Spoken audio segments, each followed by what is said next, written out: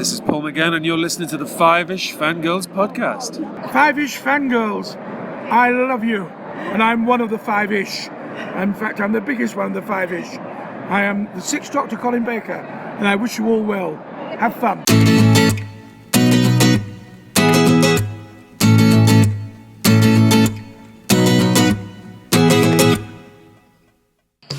The tangents as we continue all the way to episode number 16 of the Five-ish Fangirls podcast. Disappear, become ghosts. That's how we have to live now, in the shadows, to save people even when they don't know it, don't want it. Welcome everyone to the Five-ish Fangirls podcast. So glad you could join us this week.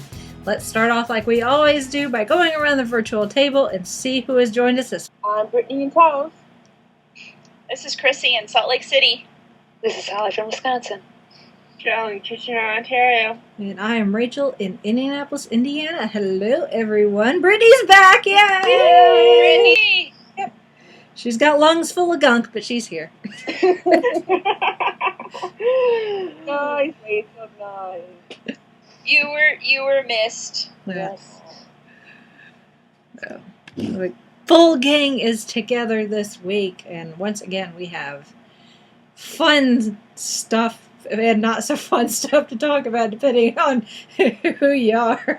So Very, very feelsy, yes. Let's say it that way. Yeah, this is premiere season. Yeah. We've all got a bad case of the feels. Yeah, I think we're gonna run the gamut in the emotional scale this week. So Yep. once again, we have news and, of course, a fun topic to talk about this week that we hinted at last week, so I hope everyone's prepared. So You've done your homework. Yes. So let's start off by jumping right into news. And the first piece of news is, I want to just slam my head into the wall. There is a woman named Isabella Tanakumi. Sorry. Apparently she also goes by Amy Gonzalez, which is much easier to pronounce. But she has filed a 3-page federal complaint against the Walt Disney Company saying that Disney plagiarized her life story to make the movie Frozen. And she is suing for $250 million. According to court documents, she says that the film is based on her autobiography, Living My Truth, where she writes about growing up in the Andean mountains of Peru. And among other things, includes a story of 2 sisters and the image of hands to the sky with sprinkles. Yeah, I don't even... So unless she started, unless those sprinkles were supposed to be snowflakes, yeah, I don't think it's gonna. Unless she's got a walking and talking snowman in her house. Yeah. Probably not. And a reindeer in the backyard. This ain't gonna fly. Sorry, lady. Yeah. It's obvious. She's jumping on the popularity of Frozen because we know how popular it is, and this autobiography of hers came out in apparently 2010, and I'm sure she's hoping that the publicity from her doing this lawsuit will somehow get her #1 on the New York Times bestseller, and I honestly think that whatever book sales she gets from this are not going to cover her legal fees for filing this suit. Probably not. If there's one thing that the Walt Disney Company knows how to navigate, it's legal. Yeah, she's demanding a jury trial. I don't think the minute this gets in front of a judge, if the judge has any sense whatsoever, they're going to go, lady, no, and throw this thing out. Like, nope. Waste of time and resources on everybody's behalf. But you know. Well, Somebody needs to tell her to let it go. Oh, that song has so many applications. Oh, yes. Isn't it? She needs to go back to Peru and go build a snowman or something. I don't know. Anyway. And our next bit of news comes from Big Finish. Big Finish reveals the cover for the new Gallifrey series story. That's going to be coming out actually on February 2015. It was supposed to be originally in March, but they decided to move it up ahead. Times change. Romana is approaching her final term in office and hopes to leave her world in a state of peace and harmony. Narvin is concerned about the implementation of a controversial precog program, one that seeks to predict the Time Lord's future. Ace is an operative for the Celestial Intervention Agency, having learned the art of interference from one of the best. And somewhere across the stars, an ancient force is stirring, and one of the Time Lord's greatest heroes is returning to our universe, but he may also prove to be the greatest threat. When the history of Earth is threatened and the ancient conspiracy reaches the heart of the Time Lord government, can even Romana's closest allies truly be trusted? Time will tell, but by then it may already be too late. Oofda, that sounds interesting. I kind of have started the Gallifrey series, and I haven't gotten too far, but this sounds really good. Yeah. Something to look forward to. I love that line in the description that Ace has learned the art of interference from one of the best. Yeah. Yep. So apparently Ace made it to Gallifrey to train to be a Time Lord. That's cool. Yeah. Yes. I haven't got that far in the Gallifrey audios, but Yeah. I do enjoy I them. listened to the first season, and the thing stopping me from listening to the rest is that I don't have the money to buy it anymore right now. That is a consideration, definitely. Mm. And there's like 5, 6 more. Like there's like 6 seasons, and then this new story. I'm just a little worried with Ace working for the Celestial Intervention Agency, just from past experience and past audios. Oh boy. That's got to be problematic. Yeah. Yeah. But yay, more Big Finish. That's Yes. never a bad thing. Exactly. And speaking of more things that make us happy, although this is a little bit bittersweet, The Legend of Korra, Book 4, Balance, has a new trailer. It was released yesterday, I believe, today being Saturday when we record. It was released on Friday, and yeah, it looks really, really good. This is going to be the last planned season of Legend of Korra. The creators have said that they're going to give it a break for an unforeseen amount of time. But yeah, for now, this is it for the Avatar universe. So, if you know, the trailer, it says Book 4 takes place 3 years after the events of Book 3. So which if you think about it, the first 3 seasons, they actually, you think about the time frame. I think it's been less than a year since Korra started her training. Her airbending training. She already had the other 3 elements mastered. So everything from so this kind of gives her a break, and you see in the trailer that the Air Nation has flourished, and Korra's kind of struck out on her own, and she's on her Avatar journey. And there's some other pretty big spoilers that I won't go into. You can watch the trailer, but I don't think they're terribly big spoilers, otherwise they wouldn't have put them in the trailer. And this trailer was actually overseen by Brian Konietzko and Michael DiMartino, who are the creators of Avatar Universe Legend of Korra. So I wouldn't be too worried about too many spoilers. But it looks so good, and it looks really exciting. So, and everybody looks so grown up. The Airbender kids are like, oh, you guys, I love you.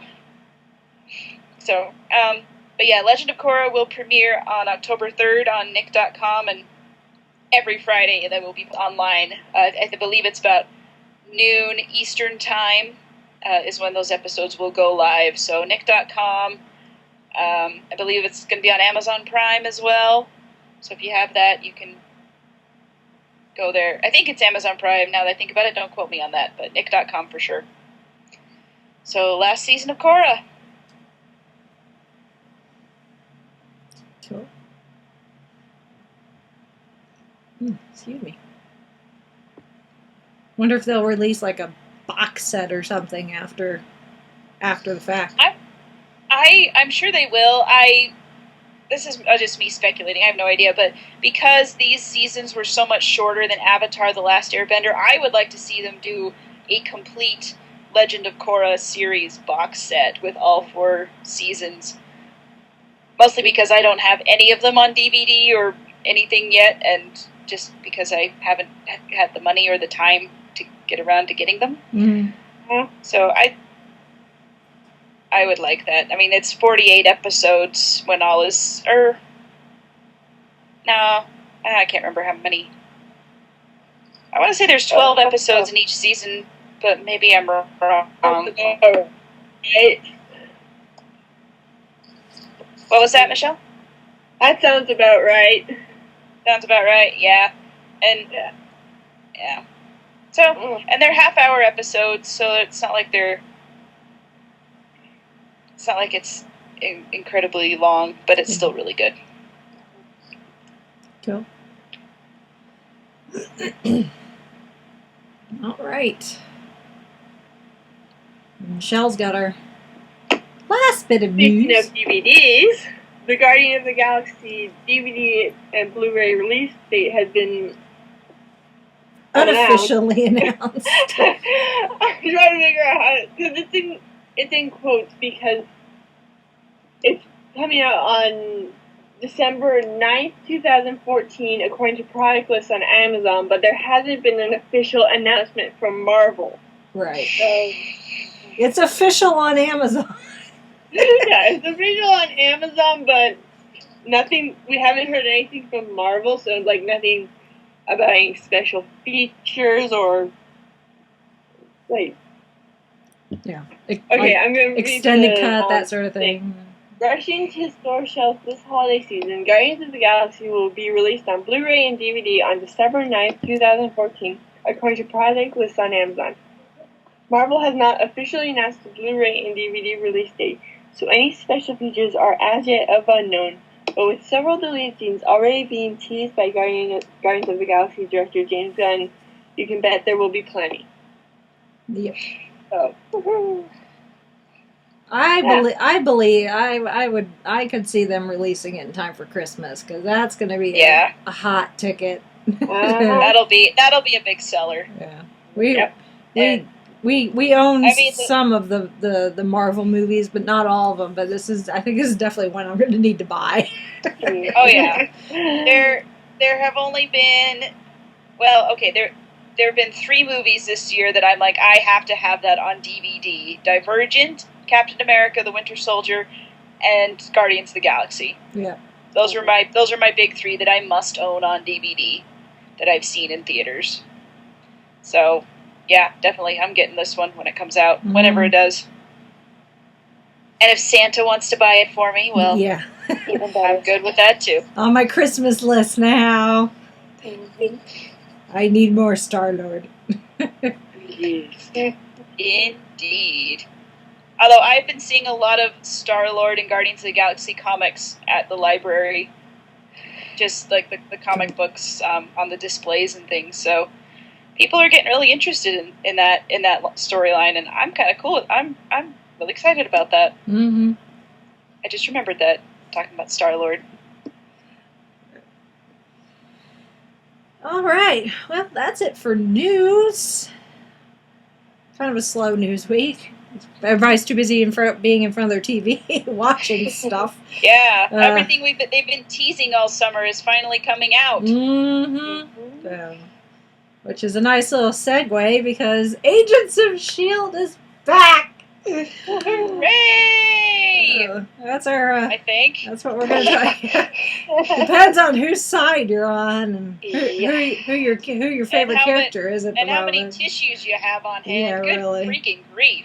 Yeah. So obviously we recapped the first season of Agents of S.H.I.E.L.D. a couple weeks ago, so we won't go over that. If you want to, get caught up, you can go listen to episode 14.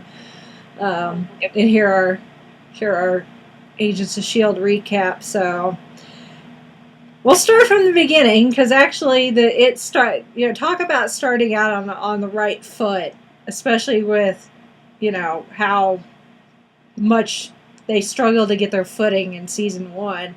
The episode starts out with a flashback to World War II era, this post the original Captain America the First Avenger.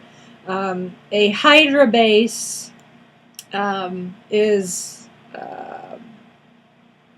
we see a Hydra compound, and they're quickly packing up items and everything, and this one soldier is talking to this guy that's like a general or somebody high ranking, and the guy he's one of Red Skull's cronies. Yeah, and the guy and then the general guy tells the soldier that Red Skull is dead, but his ideas live on, and it's our job to continue his work. So they're packing up all this stuff, and one particular item is brought out, and it's this metallic looking thing that's got kind of this tread plate look to it. Kind of very futuristic. Yes, very futuristic for being 1945.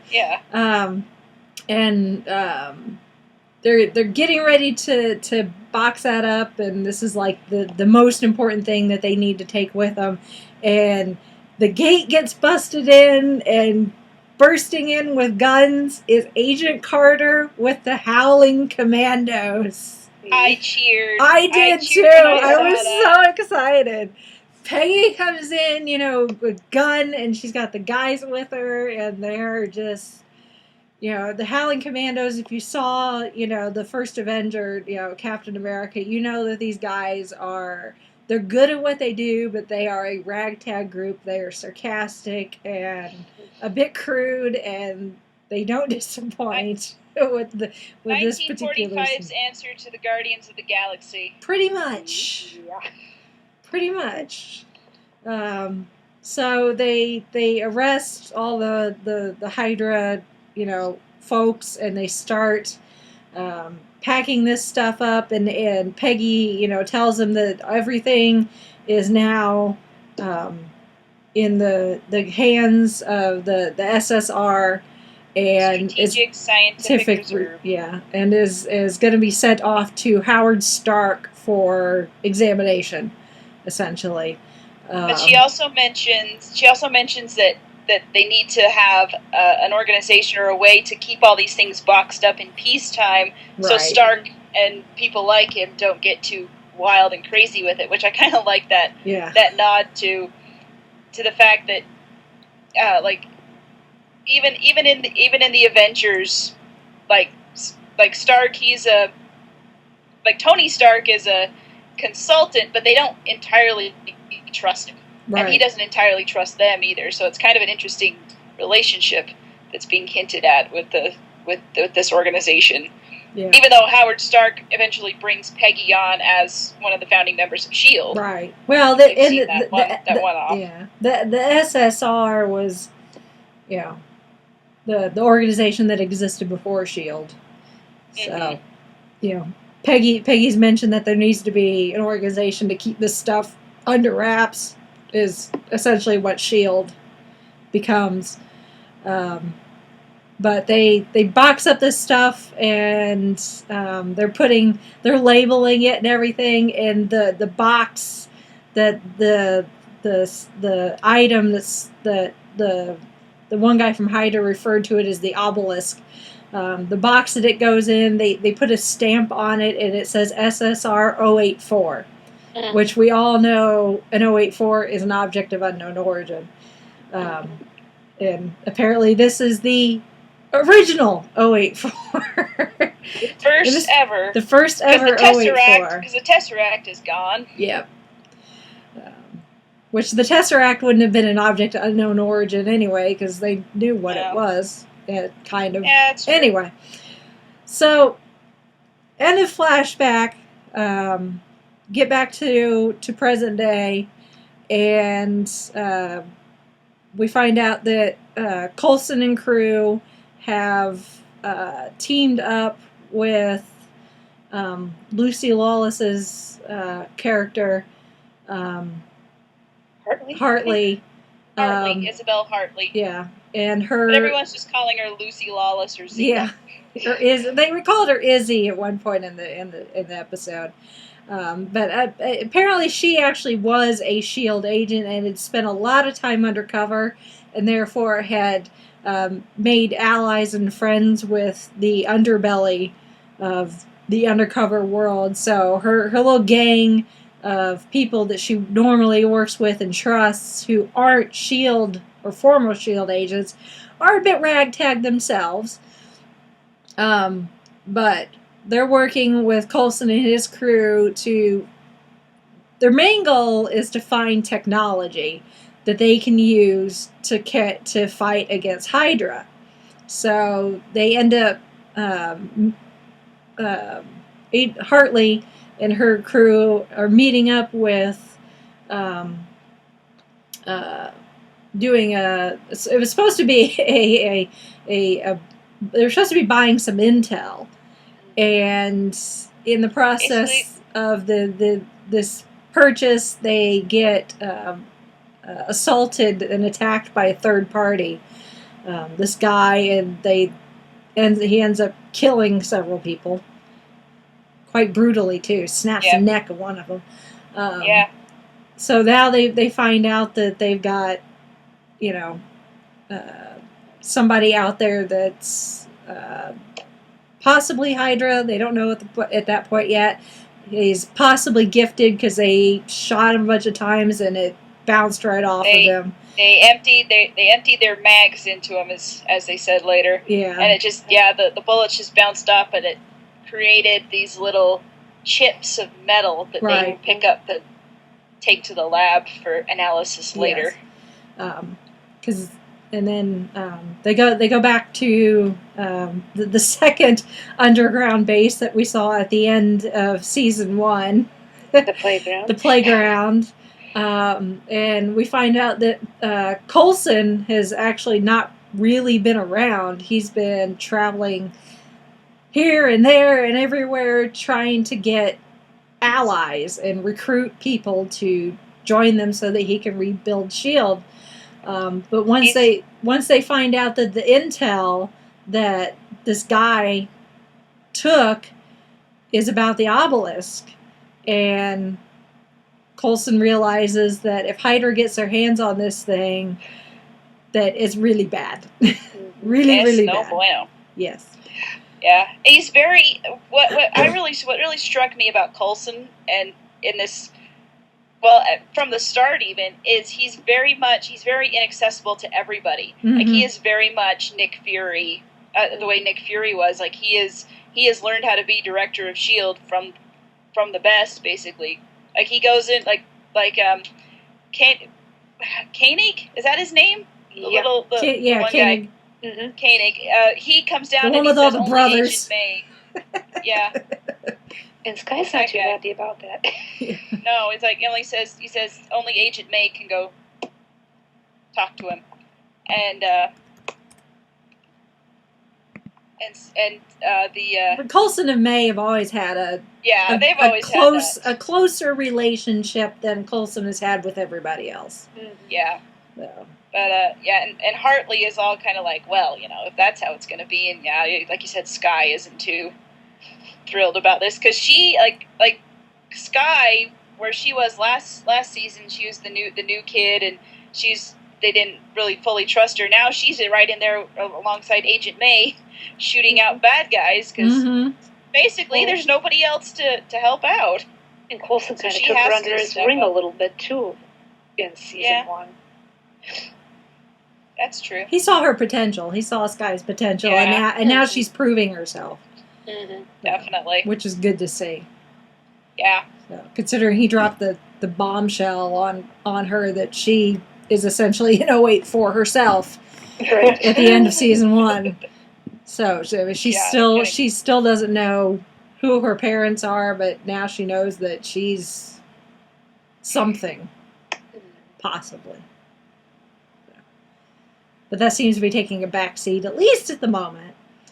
Yes, there's but got a whole other yeah, thing to set up. they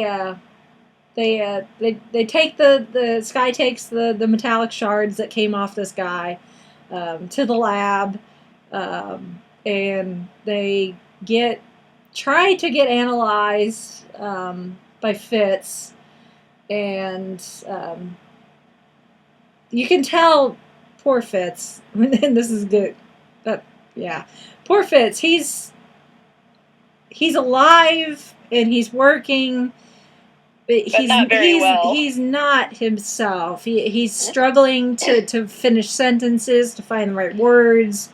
I mean, he seems to know what he's doing to a point, but he's not working at full capacity. Like before he and Simmons in the lab together were just like a well-oiled machine. He'd be doing one thing and Gemma'd be doing something other, and they come together and be like, voila, we got this thing and we figured it out. And now it's like the machine is, the cogs aren't running quite right together, and the metal shard actually ends up not being metal but turns into flesh, which was kind of gross. Yeah, pretty gross. Yeah, but they analyze do we want to talk about Simmons, or no? Well, we'll get to that.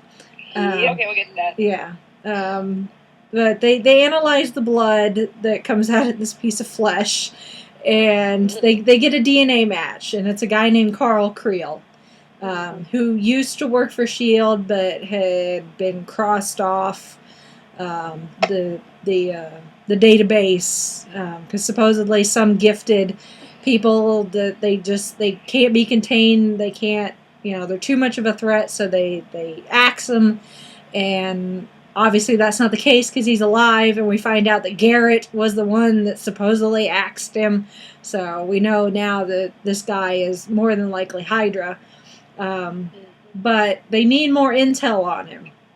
And they know that the best place they can get anything about Hydra is from Ward. So they send Sky down to the cell where they're holding Ward. Yeah, and Vault-D. Ward, just creepy, man. Just creepy. Because he's all like...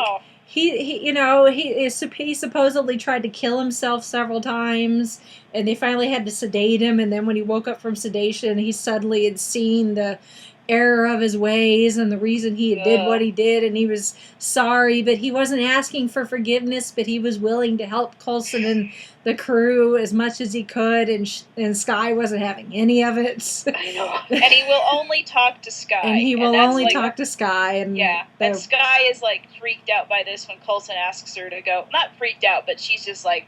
She doesn't want to do it. Like, she doesn't want to do it. And I can't hardly blame her. Yeah, because that's just... But according to Coulson, everything that Ward has told him has been the truth.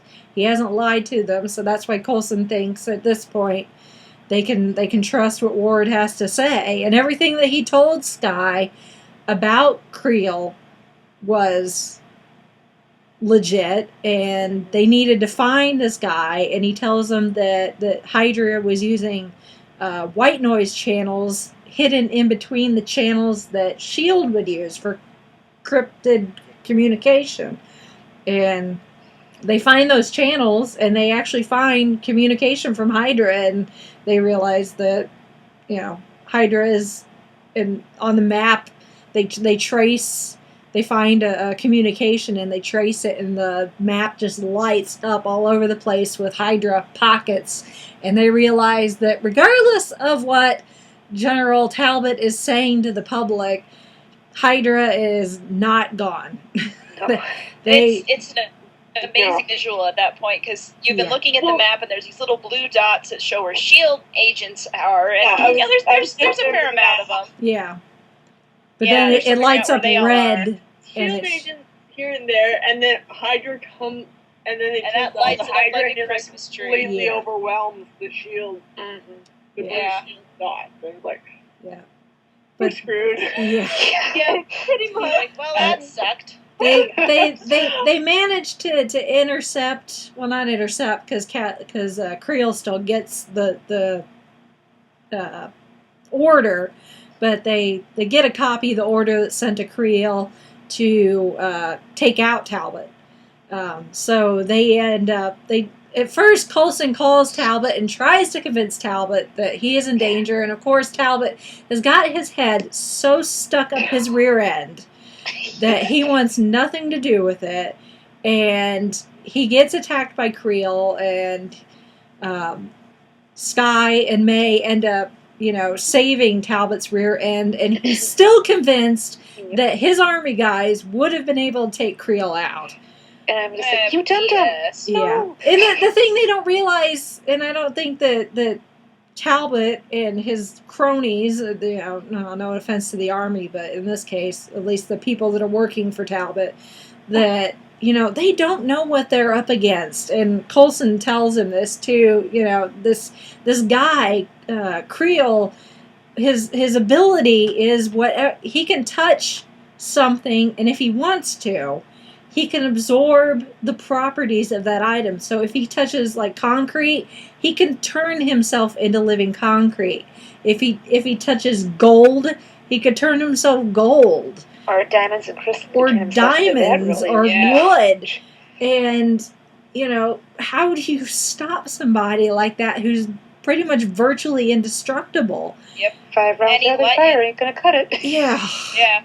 And he likes it. Like one of the things that Hydra pays him with is a diamond because he likes the way it feels. Yeah. He like turning into the diamond. He gets off on the absorption process essentially. Yeah. Ward told Sky he enjoys that almost as much as he enjoys killing. So that's happy. He enjoys killing quite a bit. Yeah. Apparently. So that's a happy thought. But Ward too, before Sky leaves, he mentions something about Sky's parentage, and I kind of have a theory, but I don't know if it's gonna. Well, I'm just like thinking to myself, please don't let it be revealed later on that Sky is Garrett's daughter. Yeah. Oh, please no. I don't. That's the last thing so. she'd need. Well, we know she's not because we know they've cast her dad. We know who. Oh, they have? Okay. Yeah, they cast her dad, so we know who her dad is, but we don't know what her dad is. That's the thing. And apparently Ward knows info about Sky's father, but Sky literally shuts him off in the cell before he can say anything.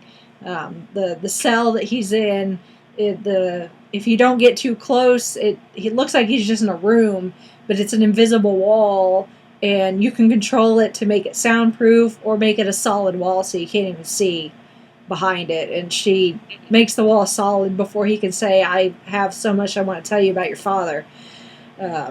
So we'll see where that goes. But they end up, May and Sky end up taking Talbot back to, the playground so that he and Coulson can talk, while the army has Creel locked up, and I'm doing air quotes that you can't see. They have him locked up, and Coulson, as much as he tries to get it through Talbot's brain that they have just made the biggest screw up because Creel was going after Talbot because he knows that Talbot has control of the location where all the tech and everything is locked up. And that's what he's trying to get to.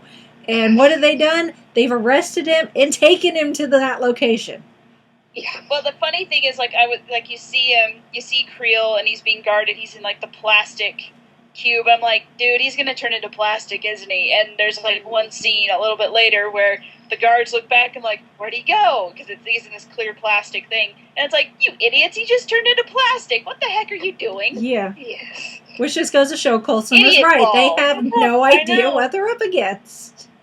And because, I saw that, I'm like, he's turned himself into the material of the cell. I thought it was glass, but I guess it could have been. Or glass or plastic. It's whatever unclear. Anyway. Yeah. So and then they go, they brush, they see it's empty. And I'm like, he's turned himself because when I first saw him that cell, I'm like, so if he turned himself into that, would he be completely clear? Would you see his Outline. how much of him? I mean, he's not Magneto. Yeah.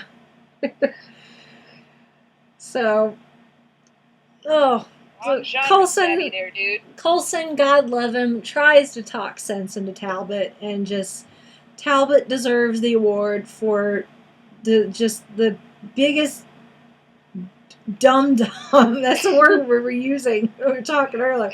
He just idiot. Which is kind of an insult to Duggan, but whatever. Idiot. Oh, the man needs to be stripped of his rank and just thrown to the curb. Oh. Which S.H.I.E.L.D. kind of does for him. Yeah. Yeah. They take his uniform and leave him in his skivvies in the car on the side of the road. Yeah. He looks tired, doesn't he? Yeah, a little bit. The night gun will do that to you. But their capture and interrogation of Talbot wasn't without vein, because they end up getting his fingerprints and his security clearance code and his voice print, which they are able to use to get into the containment facility with Agent Triplet disguised as a general. Which I love that bit where he's walking out, he's got the uniform on, and Sky's all like general, and Triplet's all like, "Girl, I look good." Yeah. I mean, as serious as this episode is, there are some really genuinely humorous moments, and it's the Whedon brand. It's all there. Yeah. You know who's behind this. Oh yes. Behind this show, 100%, and you love it. I love Triplet. I'm glad that they kept him on, because he's a good addition to the group. But, very much. Yeah, they end up getting into this facility, which is near the Pentagon. It's the team with Hartley and her crew, and Hartley ends up finding the obelisk, the 084, and she ends up getting attacked by Creel, who had snuck in and was doing the same thing, hiding against the wall so he looked like a piece of concrete or whatever the building was made out of, so she didn't see him. But he attacks her, and Hartley, thinking, okay, there's this guy who's got these special powers, there's this item that everybody wants and is willing to kill for, let's see what it does. So she grabs it, and her hand and arm immediately start turning into stone, is the best way to describe it. It's just this hard, rocky material. It's like her arm is decomposing. Yeah, and she's immediately in a lot of pain, and she can't open her hand to drop this thing. And you see for a second, because I'm assuming touching it kind of activates the obelisk, and it goes from having that kind of tread plate look to it to having that pattern that we saw both Garrett and Coulson writing. The lines and the circles, it kind of looks like a piece of circuitry. Pattern raise up for a second on the surface of the obelisk and then disappear again. And I know Sky saw it. So when it did it, when they all run and hear Hartley screaming in agony, and it does that thing, and Sky has this look like, oh, that's the pattern that I was trying to figure out what the heck this thing is, because Coulson had her trying to figure out what the heck this grid thing looks like some hackers thing, and that's what Sky's good at, so that's why you put her on that. Yeah, so that pattern obviously has a tie to this item. That's pretty obvious, I would think, now at this point, but Creel ends up running off. The building that they're in is going to get swarmed by officers, and they ask Coulson if they should abort the mission, and Coulson tells them no, but Hartley and one of her guys takes her and takes off, y'all can stay here and get shot. I'm going to try and save her life. So they take off, and the rest of the team stays there, and they're getting shot at, and they're shooting at them, and we end up finding out that the other thing that they were going for, besides this 084, was to get their hands on one of the military's planes that has cloaking technology. Well, it was actually a SHIELD Quinjet. Yeah. This is all where they confiscated all the Yeah. SHIELD, It was all it their was equipment and yeah. everything. It was the yeah. They confiscated. It was now military property, but it was Yeah, SHIELD technology that they needed to get their hands back on because yeah. they can't go anywhere. Coulson's been doing all this recruiting, has been flying commercial in coach because they can't use their plane because the cloaking technology doesn't work, or they need cloaking technology. Yeah, Fitz can't get it to work. And Fitz can't figure out how to replicate the technology that's on the helicarrier, on the SHIELD helicarrier.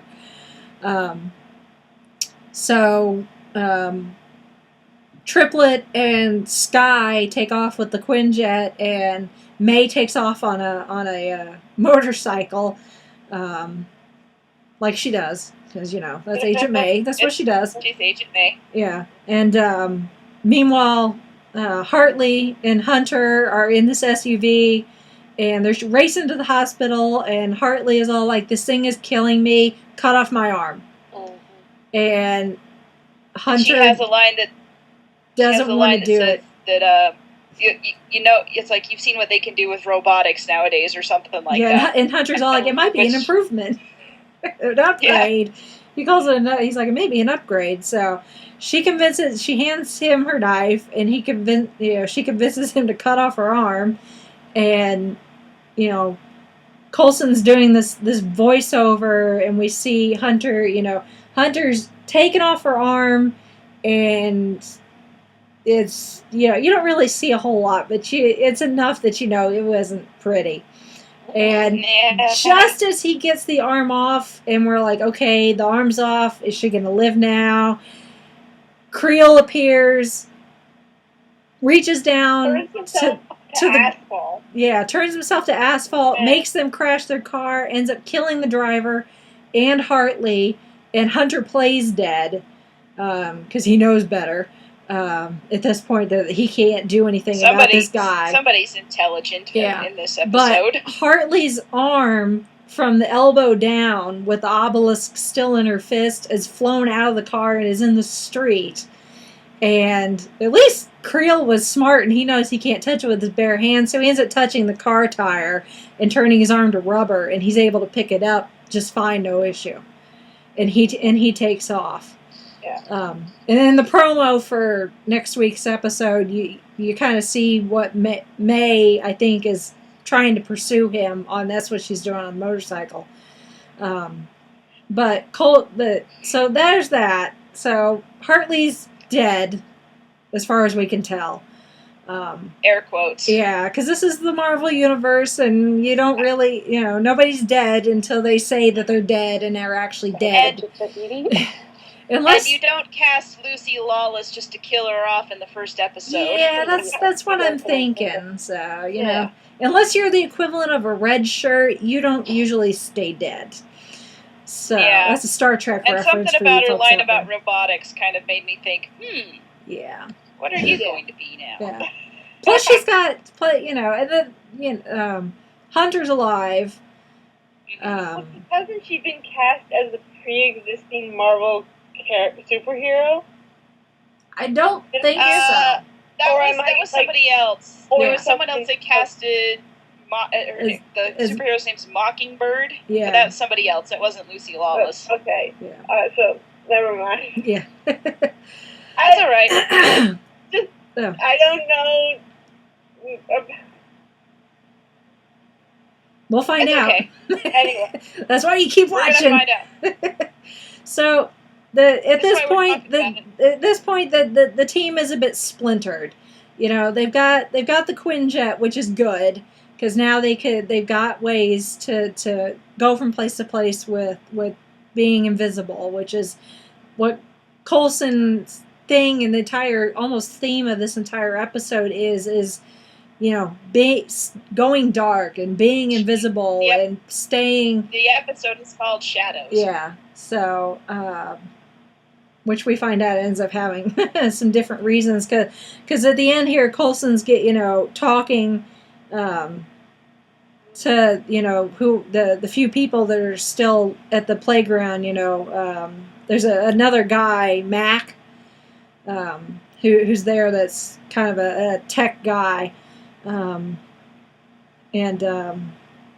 He's talking about why they did this particular mission, not just for the 084, but also to get this plane. And Coulson explains that we need to be able to be invisible, and as much as Fitz wants to figure out the cloaking and stealth technology, he's not going to do it. He's just not the same person that he was before, and part of his brain has been damaged. His temporal lobe is the medical. Temporal lobe has been damaged, and we find out that all the scenes that we have seen throughout this episode with Fitz and Simmons, that Simmons wasn't actually there. She has been a hallucination in Fitz's mind the entire time. And that was the point where I was like... My jaw was on the floor and my heart was breaking. Because Coulson says Fitz is not the same ever since Simmons left. And I'm like, what do you mean she left? She's right there. And you see Fitz. She's been encouraging him. Yes, and you see Fitz working. Puts her arm on his shoulder and he holds her hand and all stuff. I'm like, oh, this is so sweet and everything, and I love this. And then it's... And then you see Fitz in the lab, and he's working, and he's talking, and Simmons is there, and then the camera pans around, she's not. And you see that Fitz is talking to himself. And he puts his hand up on his shoulder, but there's no other back hand over here there. right now. And my poor heart. Like I said, my jaw was on the ground, and my heart was breaking at the same time. Poor You Fitz. want to know what's even more heartbreaking? The reason Simmons' hand on his shoulder is so important in the hallucination is because that's the last things he felt before he lost consciousness at the end of season 1. Yeah. Oh, I hadn't thought about that. Thanks a lot, I Michelle. thought- You just made it worse. I said it was gonna make it worse. I know. I know, and I'm acknowledging that you've kept your promise. I saw that on Tumblr and thought I'd share. Yeah. Well, thank you, Tumblr. Yeah. I didn't get to see the episode till today, and I was warned by Rachel and everybody that Have tissues handy. Tissues, and I was thinking, oh, it's gonna deal with Fitz, isn't it? And I was like, watching the entire episode, and I was like, poor Fitz, poor Fitz. And I was like, what? Because it's bad enough that he's struggling. Yeah, it's like to your heart's just already figure breaking stuff for out. him because he's not himself. And kudos to the guy that plays Fitz, because his acting in this episode is just, it's heartbreaking. good. Before It we was so we find this out that he's disheveled, he's got a bit stubble going on, and he's struggling to talk, and he's just not Fitz. And to find out that Simmons, his other better half, his other half is not there to support him, just makes it even worse. And Coulson said that Simmons thought that Fitz would be better off without her, and she was wrong. I call shenanigans. Yeah, I really think that Coulson said that because of who he was talking to. Because I can't see Gemma leaving Fitz when he is in that condition. That something has happened that she cannot be there. And this is the thing, is like you're watching the episode as you're going along, and you're like, okay, Simmons is there. She's helping him, prompting him. This is they're gonna figure it out together. It kind of feel like they're working together again, and I watched the episode twice, and I just watched it like, okay, they're gonna find it. And the second time I watched it, I was like, okay, did anybody actually come in and talk to Gemma? at all this? Did they interact? Because there were a couple of times I thought that they had. I'm like, this can't work. But no, they really don't. Like May comes into the lab and like, oh, I guess she really didn't talk to Gemma. It just kind of seemed like she did, like on the timing of it all. And it's all Fitz imagining people interacting with this ghost of Simmons that he's created, and I'm just like, ouch. Yeah. And I think more than anything else, I mean, I knew that the team was in a bad way. I knew they were going to be struggling. I was kind of expecting all that other stuff that happened to happen, but the one thing that killed me was Simmons isn't there and Fitz is imagining her because that's how he's coping with this. And I was like, okay, you did it. You killed me. Yeah. Just this wasn't supposed twist to happen the knife until a little Once more. Upon a Time aired. Twist the knife a little more. Oh, so that's the kind of season we're going to have, apparently. Yeah, huh?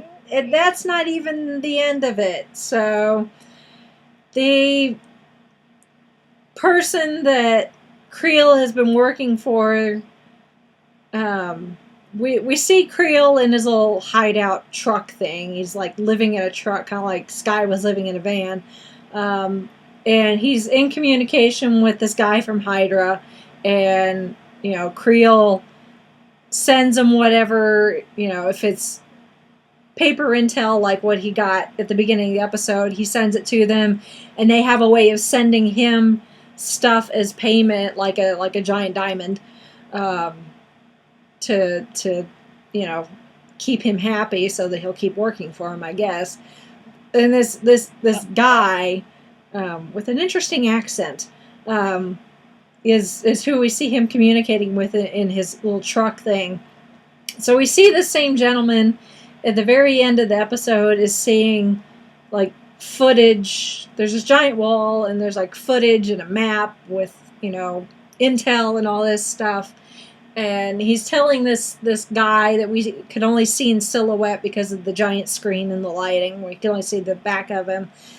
He tells him that Creel has got the obelisk, but isn't ordering him to come there because he's trying to be discreet about this entire thing, which, considering the mess Creel made in the middle of the road, I don't know how discreet they're going to be. Yeah. Discreet's in his job description. Yeah. But Creel is anything but discreet, really.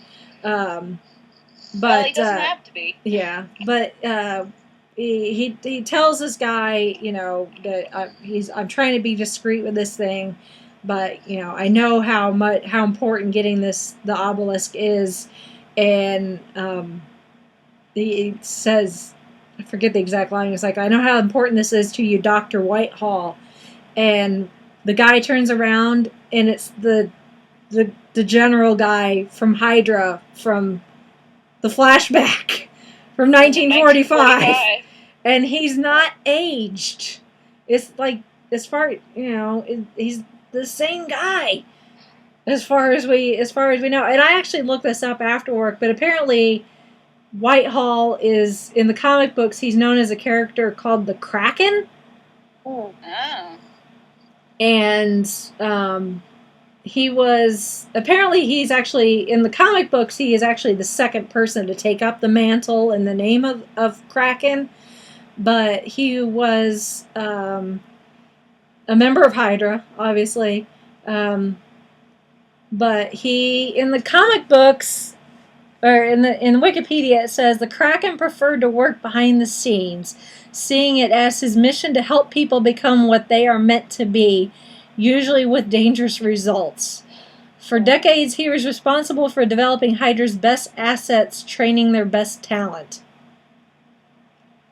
So, but he's kind of a version of Nick Fury or Coulson or something like that. A little bit. So it's interesting. So, yeah, and that's where it kind of leaves us at the end of the episode. So we're on the run, and we came out of the gate guns blazing, literally and figuratively. Yeah, they figure. I guess they figure you're hooked into the show. You're invested in these characters, which we are. Yes. And even the characters, like I have in my notes here that I took before Hartley, quote unquote, bought it. Yeah. I'm like, do I like? I'm like, what do I say? I'm not sure about Hartley. Do I like her genuinely because of her character, or do I like her because she's Lucy Lawless? Because she's kind of, I mean, she's a mercenary, and she's kind of like a female version of Han Solo, and you know, out for herself, out for her crew, out for her team. Mm-hmm. She's, you know, doesn't have really any loyalties, but she is loyal to Coulson, and she does realize that there is a fight here. And I'm like when they, you know, when she seemingly dies, I'm like, oh, you got to bring her back. You can't just do that. So I was a little. I'm sure they will. I'm sure she's not gone forever. Yeah. I would think. Like you said, you don't hire Lucy Lawless for one episode. Yeah. And especially Unless you considering just how wanna little screw she with was everybody. in. Yeah. And just to So. show just how dire this is, like, oh, someone we thought was going to be a main character bought it in the first episode. Like, okay, That's true. I see how this is going. That's what I love about this universe, and especially this show, is you don't know until you know. Like, I did not, you know, go looking back at season 1, and I've started rewatching season 1 now. Knowing what happened, I'm seeing the signs and the signals and everything, like, oh, you said that thing, and it was a nod to kind of, yeah, and like with Ward, I'm like, now, I had no idea Ward was Hydra, but now looking back, I'm like, all the time. Yeah, it's like now watching season 1, like I see Ward, and I just want to like reach through the screen and slap him and say, you big fat liar! You traitor! I hate you! Very well, because you would have that first episode. Oh. Yeah. That would have been coming off of his lips. I'm a double agent. Yeah. Maybe they just didn't ask the right questions. Yeah. It's just, you know, they leave you guessing till the very end, until they say, ha, here's the thing that we've been keeping secret. And when you watch this again, you'll see it this time. Yep. You'll watch, and every scene with Fitz and Simmons will break your heart into a million tiny pieces. Mm-hmm. And every interaction with Ward is just like, you lying SOB, I can't believe you! I know. I'm so glad May got to have her revenge. Yep. Short of castrating you, you almost got everything you deserved.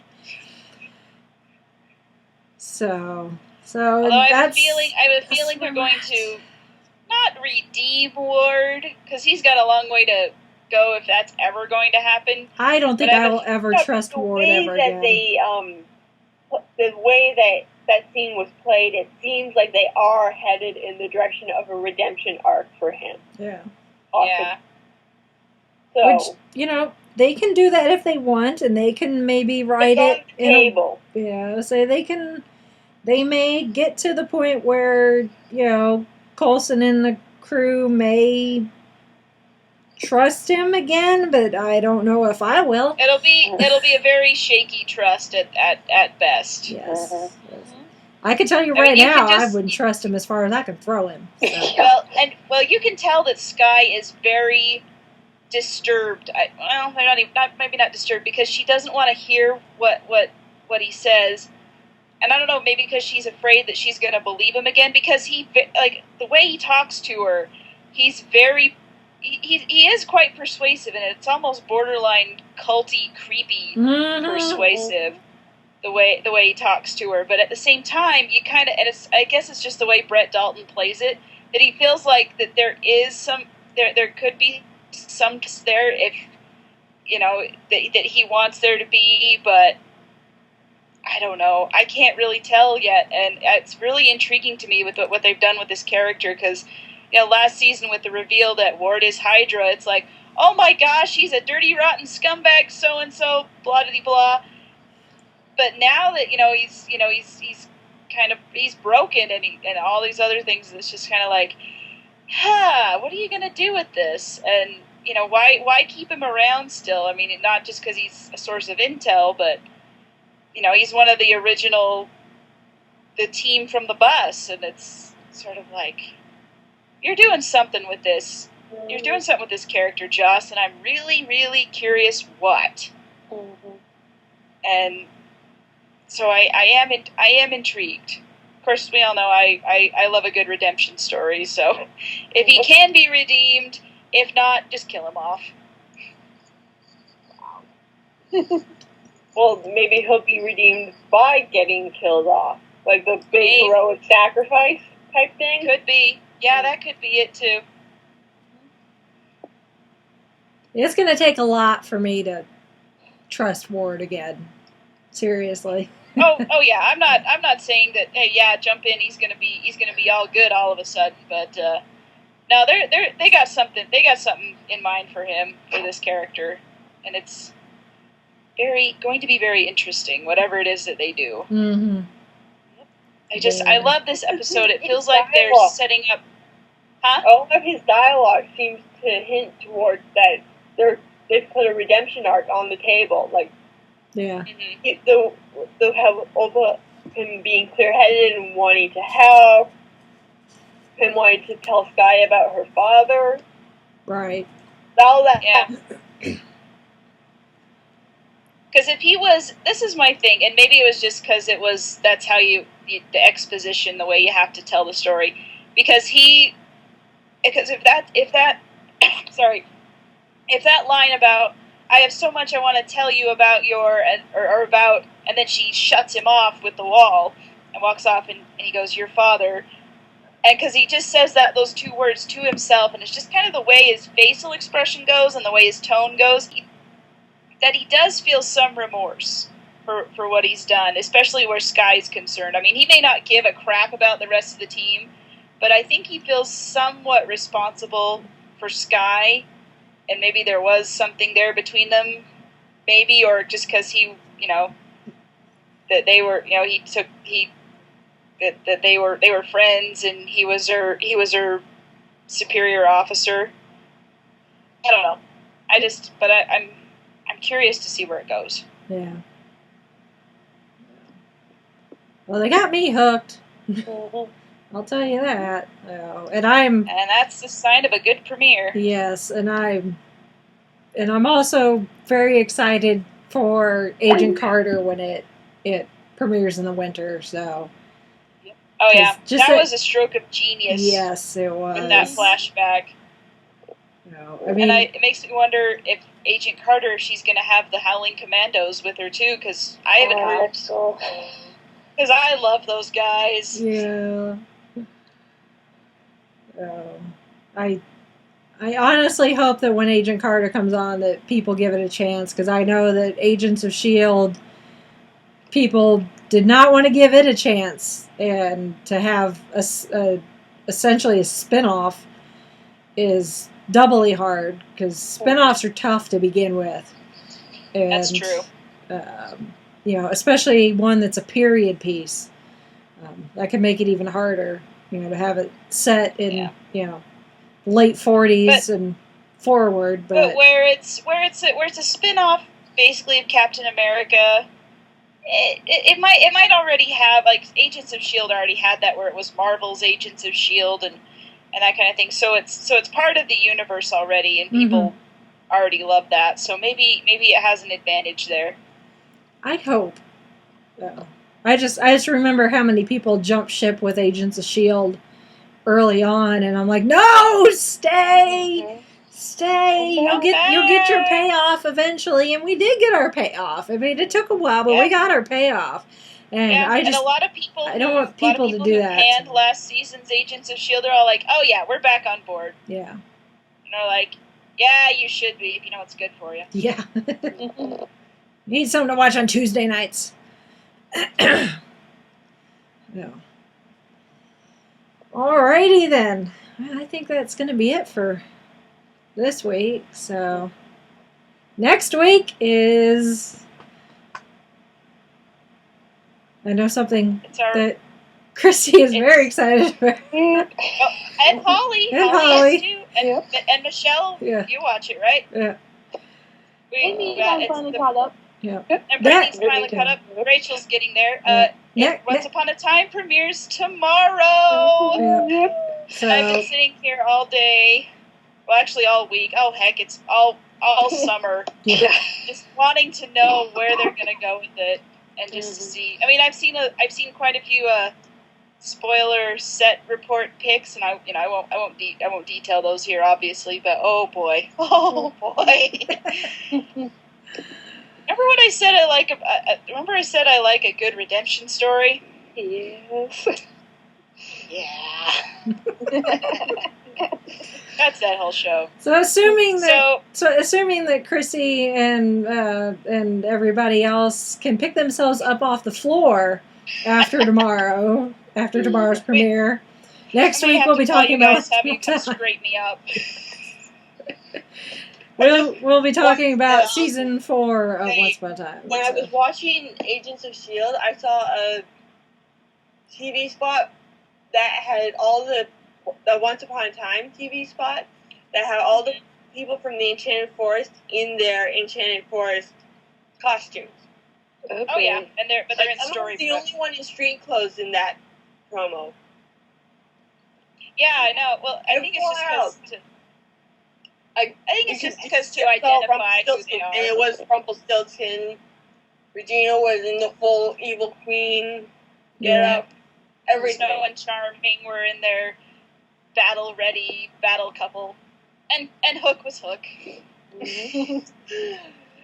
Always Yep. Although he is getting an updated wardrobe. They have teased that mercilessly. But like normally it's just Hook still in the Enchanted Forest stuff. But in this promo it was everyone but Emma. Yeah. Yeah. I love that promo too. I've seen it multiple times and it cracks me up. I don't think it means anything. I think it's just their advertising. Yeah. Because that's like their... I don't know. It seems wrong. Like, you're not supposed to be in that outfit. Yeah, Storybrooke in their Enchanted Forest costumes. And it's like... Snow's not supposed to have that much hair in Storybrooke. Yeah. And the evil queen's got her, big headdress and her hair's all up in her long black dress, and she's standing next to Emma, but it's Regina, it's Storybrooke Regina, and she just goes, "Here we go again," and Emma's like, "Really?" Yeah. Yes, really, honey. Yeah. It's just how this works. Yeah, it's like no rest for the savior. This is your life. Yeah, if you know the show, you know when Emma gets frustrated the way she talks, and that really is just, it's so Emma. It's like, really? The best is always going to be when she meets Tinkerbell and they're like doing some planning, and she's like, "Okay, David and Mary Margaret, you're doing this," and blah blah blah, and she points to Tinkerbell, and Tink goes, Tinkerbell's like, "Yeah, still weird to say that," and Tink goes, "Tink's okay too," and Emma's like, "Not sure that's any better."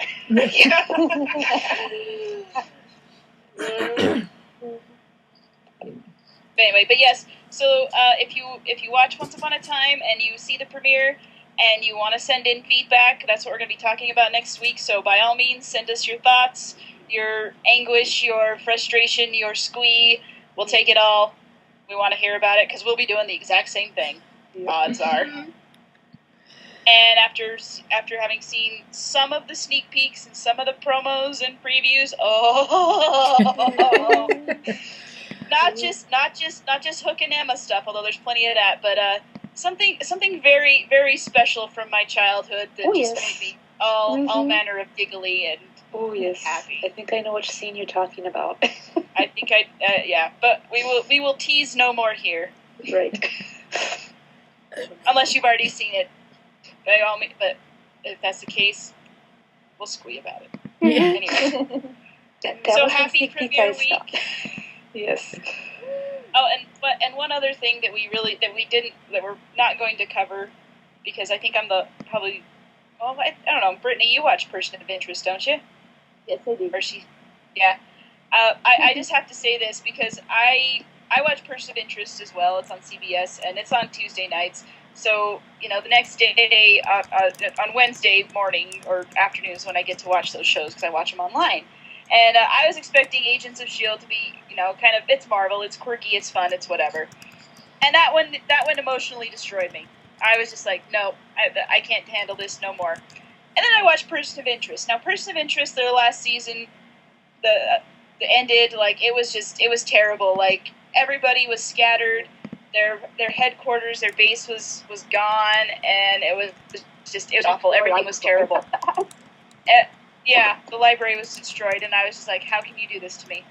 And then the premiere opens, and everybody's still scattered, but it's got the same kind of dry humor, and then they're getting the team back together, and by the end of that episode, I was like, my faith in humanity has been restored.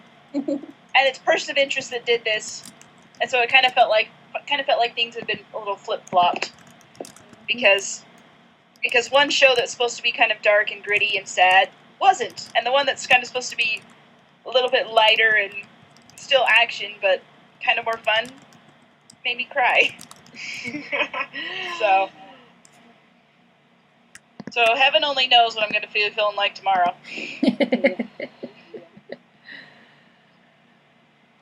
So. All right. Well, I think with that, we'll sign off for this week. Yep. Oh, and remember, all of our pertinent contact information is at the 5ishfangirls.blogspot.com. From there, you can send feedback, get download links. All of our show notes will be there, and you can get to our Facebook, Twitter, and Tumblr. And contact us in any of those forms, whichever you feel you would like to do. Mm-hmm. So, if you have feedback, send it in. If you talk about anything we've ever talked about in the past, or what we're doing next week, which is Premiere Once Upon a Time, like I said. So, we'll love to hear from you. Yep. Alrighty then. So, let us say good night.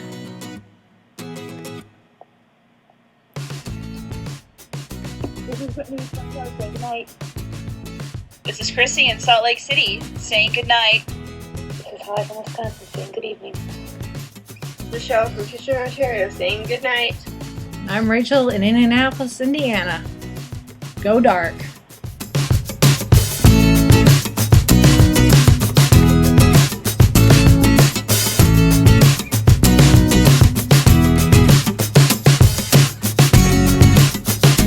You have been listening to the 5-ish Fangirls podcast.